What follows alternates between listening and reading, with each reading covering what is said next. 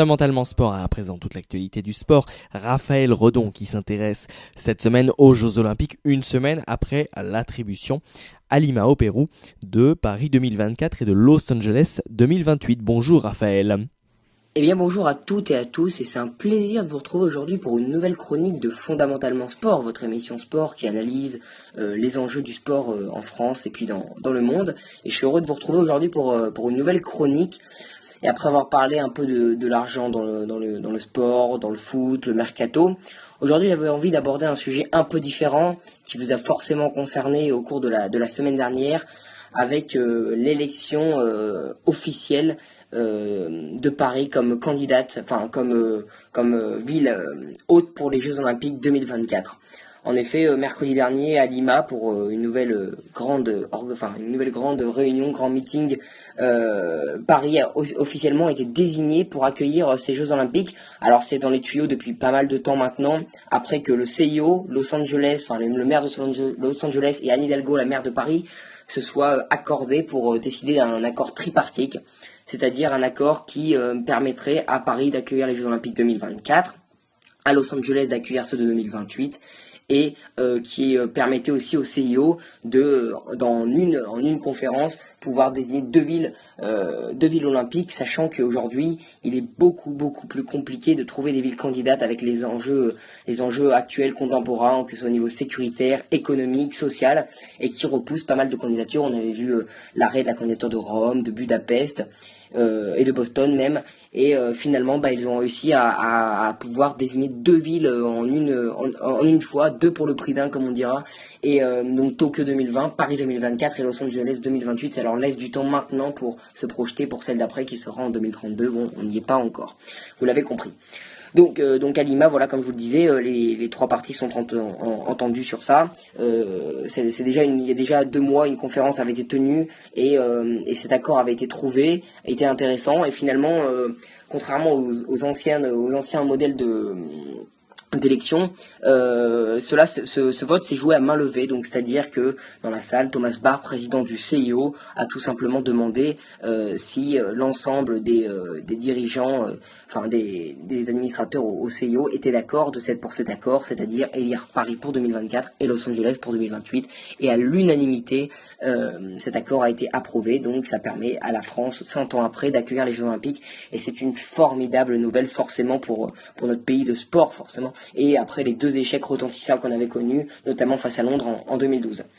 Donc la France va rebondir avec ces Jeux Olympiques, et c'est quand même une superbe nouvelle pour les fervents supporters de sport, mais également pour les amateurs de grands événements, parce que ça reste quelque chose d'extraordinaire. C'est l'événement le plus populaire en termes de sport dans le monde entier. C'est des milliards de personnes qui regardent cet événement, et puis ça permet d'accueillir le monde. On accueillera le monde pendant 15 jours, on sera le centre du monde, et puis au niveau social, au niveau économique, ça a beaucoup d'apports, au niveau budgétaire, et donc ça permet de mettre en valeur notre pays.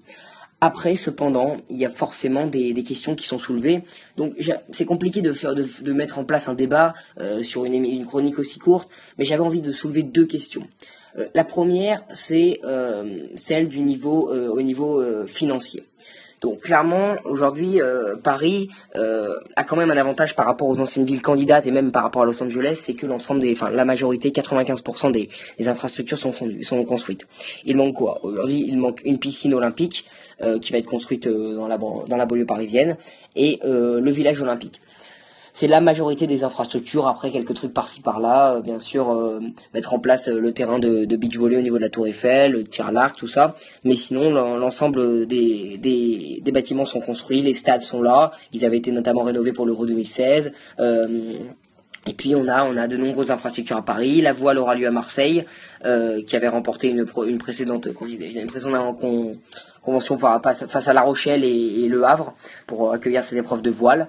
Donc voilà, ça à ce niveau-là c'est bien, et c'est un point positif qui a permis à Paris de vraiment s'accrocher pour 2024 en appuyant sur le fait qu'il soit réellement prêt déjà, contrairement à Los Angeles qui a énormément et qui devra, en se laissant plus de temps, être prêt pour 2028, et ça leur laisse 4 ans de plus, sachant qu'ils auront également une compensation financière de près de 2 milliards d'euros de la part du CIO pour avoir entre guillemets lâché les JO 2024. Donc tout simplement, Paris Paris se lance dans un défi financier, on parle de JO autour de 7 milliards, c'est des chiffres encore une fois très anecdotiques, tant on sait que sur les précédentes élections, enfin les précédentes Olympiades, bon je vais y arriver, les pays n'ont pas respecté cela. Pékin, Londres en sont des exemples encore très très récents, avec des budgets qui ont été largement multipliés par 2 voire 3. Mais ça, entre autres, notamment dû au fait que beaucoup d'infrastructures n'étaient pas construites en temps réel, et on n'avait pas pu vraiment calculer le coût du budget, et ça avait vraiment causé problème. Alors que là, Paris, on peut vraiment se fixer un objectif. On parle également de Jeux Olympiques écologiques, sociaux pour l'environnement, et ça c'est extrêmement important. Après, forcément, une question un peu plus qui fera un peu plus réagir, c'est est-ce que c'est le bon moment pour accueillir les Jeux Olympiques? Alors, ça peut être banal comme question, mais en même temps, il faut se la poser parce qu'il y a l'enjeu sécuritaire aujourd'hui qui est très important en France et dans le monde. Et on sait que les Français sont particulièrement touchés par la sécurité aujourd'hui, bien sûr le terrorisme, mais également tous les problèmes sécuritaires territoriaux qui nous touchent. Et on avait vu ce problème avec l'Euro 2016, et on peut se dire aujourd'hui que finalement c'est partout pareil, et ça aurait été les États-Unis en 2024, ça aurait été peut-être la même chose. Et finalement, ça nous laisse 7 ans pour voir ça, pour évoluer. On a encore 7 ans, et la sécurité à l'heure actuelle, dans l'ère moderne, évolue très très rapidement, et ça nous laisse du temps pour pouvoir anticiper cet événement. C'est l'avantage aussi. Et pouvoir défendre. Mais c'est sûr que l'enjeu sécuritaire va se poser. C'est pour ça qu'il y a beaucoup de personnes réticentes à l'accueil des Jeux Olympiques, également au niveau financier, parce que beaucoup savent que peut-être qu'on n'aura pas de grosses retombées financières. Regardez, si on prend l'exemple de Rio 2016, beaucoup de stades ont été laissés à l'abandon, les retombées financières sont pas bonnes, ne sont pas à la hauteur des attentes. Après, Paris, c'est sûr que c'est un pays déjà touristique, il y a beaucoup d'infrastructures qui sont là, donc il y aura forcément des retombées beaucoup plus importantes, et ce sera peut-être les Jeux Olympiques les plus intéressants financièrement, on n'en sait pas. Mais au niveau de la sécurité, c'est clair et net qu'il va falloir mettre des choses en place, parce que les Jeux Olympiques, c'est pas l'Euro 2016, c'est une couverture beaucoup plus importante, c'est pas un stade en particulier, c'est des événements à lieu ouvert parfois, avec le cyclisme par exemple, également les épreuves de canoë, tout ça, et de voile, mais il va falloir mettre en place une sécurité extrêmement importante, de telle sorte à éviter tout danger et à anticiper tout problème majeur qui pourrait venir perturber ces Jeux Olympiques, qui doivent être une grande réussite, parce qu'on a montré le projet porté par Tony Estanguet, Anne Hidalgo, d'abord François Hollande puis Emmanuel Macron, est porté sur ça, un enjeu sécuritaire extrêmement important, mais également des JO propres, environnementalement parlant, très bons financièrement, et puis on a appuyé sur le fait que ce soit les sportifs au cœur du projet, 100 ans après les derniers Jeux Olympiques à Paris. Et ça, c'est extrêmement important. C'est un ensemble de facteurs qui font de cette candidature une candidature différente. Alors, nous sommes français, nous sommes chauvins forcément, mais on a envie que ces Jeux Olympiques soient réussis. Et c'est sûr qu'il y a forcément des personnes qui sont réticentes à cela, mais également qui sont peut-être pour, on ne sait pas. Mais je pense que ce sont des Jeux Olympiques qui peuvent énormément apporter à la France et qui peuvent développer le sport, mais également les liens sociaux et nous remettre un peu au cœur du monde, alors qu'on a été un peu bafoué par notre image à cause des récents événements qui ont un peu terni l'image de la France. Malgré, par exemple, au niveau sportif, l'Euro 2016 dernièrement, on espère que ces Jeux Olympiques seront réussis à tous les points. Il y a encore beaucoup de débats qui vont être soulevés au cours des prochains mois, parce que on voit pour l'instant le côté, la face un peu positif, l'accueil des Jeux Olympiques c'est exceptionnel, mais au cours des prochaines années, il va y avoir des problèmes et il va falloir arriver à les anticiper. Donc voilà, j'avais vraiment envie de vous présenter le projet, de qu'est-ce qui s'était passé pour ces Jeux Olympiques, les questions que ça peut soulever de base, c'est un peu le projet de base.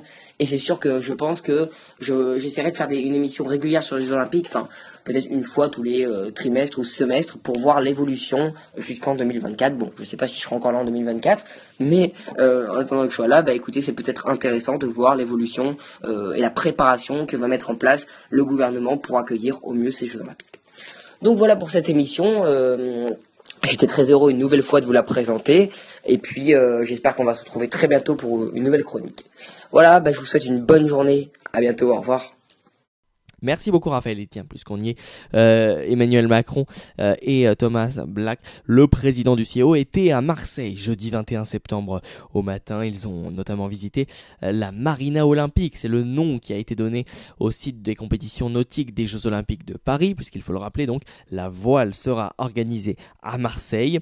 Emmanuel Macron l'a surtout imaginé, car il va y avoir d'énormes travaux à Marseille pour aménager ces nouveaux plans plan nautique. Donc, pour cette visite marseillaise, Emmanuel Macron donc, était accompagné de Thomas Bach, le président du CIO, mais également Laura Flessel, ministre des Sports, Sophie Cluzel, secrétaire d'État chargée des personnes handicapées, Anne Hidalgo, la maire de Paris, et Tony Estanguet, président du centre d'organisation de Paris 2024.